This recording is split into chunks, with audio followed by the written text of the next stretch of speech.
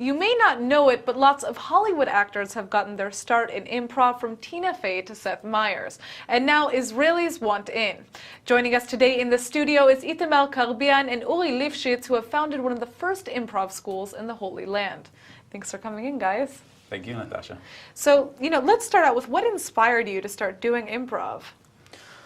Well, in the first place, it was pretty much exactly what you said. The fact that we really like American comedy, and it kind of, we understood over the years that more and more of the people we like Tina Fey, like Steve Carell and Stephen Colbert and other American comedians, got their start in improv.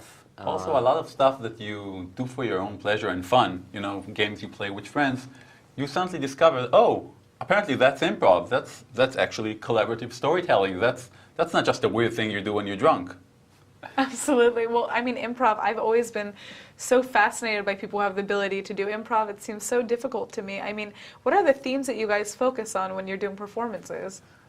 Wow, we do a whole range of issues, and we have this new format nowadays called Everyday Magic, based on the works of Edgar Keret, a very famous Israeli writer, in which we take everyday situation and we put in a little bit of magic, something fantastical into them, and see how people would have used that to counter everyday problems and So give me an events in their life. example of this. What does that look like? Oh wow, just last week Yeah, we just our last performed. show was, it's a very good example, because we actually improvised the whole play, about 50 minutes, totally improvised, that was based on suggestions from the audience, which matured into a story that dealt with parenting and a couple in which the wife is pregnant and they're stressed about the baby coming out.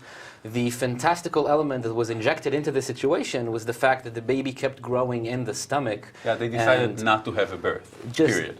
Just never got out of the mother, and just continued growing up, becoming an adolescent and then a grown up and going on to study and get a job. I'm trying to imagine in my head what that looked like when you guys were performing this on the stage. Were either of you the baby? Well, neither of no. us, no. Neither of us had the pleasure of being the baby, but it worked. Well, usually we say you had to be there, which is Well, yeah, so true. that's the thing. Can you see repeat performances? Is this a play that I could see again, or is it every show different? Unfortunately, no. Every That's show is so completely amazing. different. Well, I like to think of improv as a transitory art. You create it in that moment, and after that, it is gone forever. That is the most beautiful thing about improv and the most terrible thing about it. That's true. Absolutely, yeah. it You will can't never say happen again. right. You can't save the exact moment, but it's amazing to watch. So, you guys actually founded an improv school, one of the first here in Israel. Tell us about what you guys offer. Well, we do plenty of courses. We're part of a group, an ensemble called Lama Bati, which for our English speaker, I would guess, would translate into, why did I come here? Why?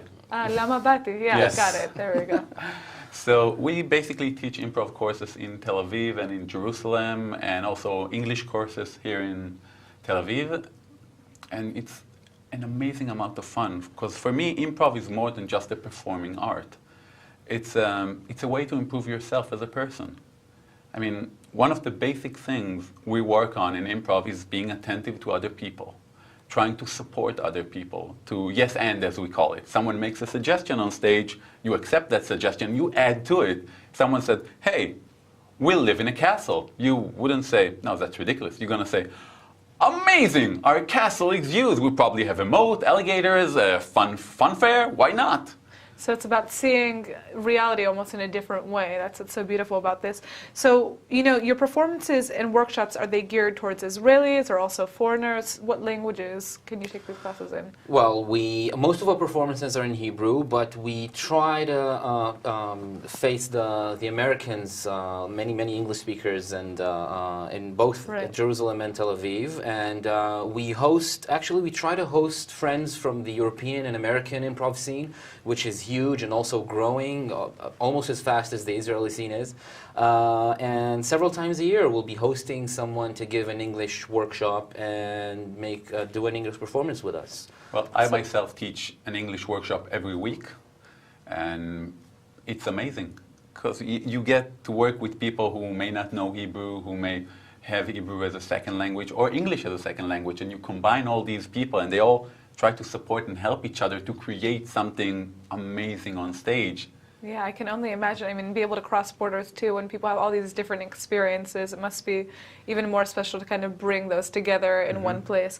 So, you know, finally, we're going to have to end our interview very soon, but I would first like to ask you guys, what was the funniest improv scene you have acted out?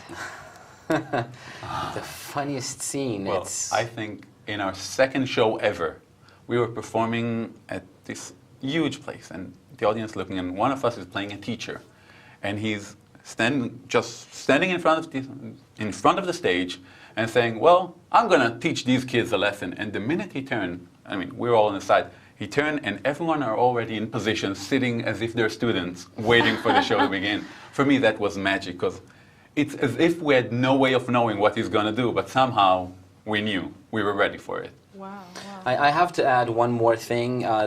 He went like way back, several years to our second performance. I'm gonna take one just from our last show last week, where we did this play about the pregnancy that won't end and the child grows in the stomach.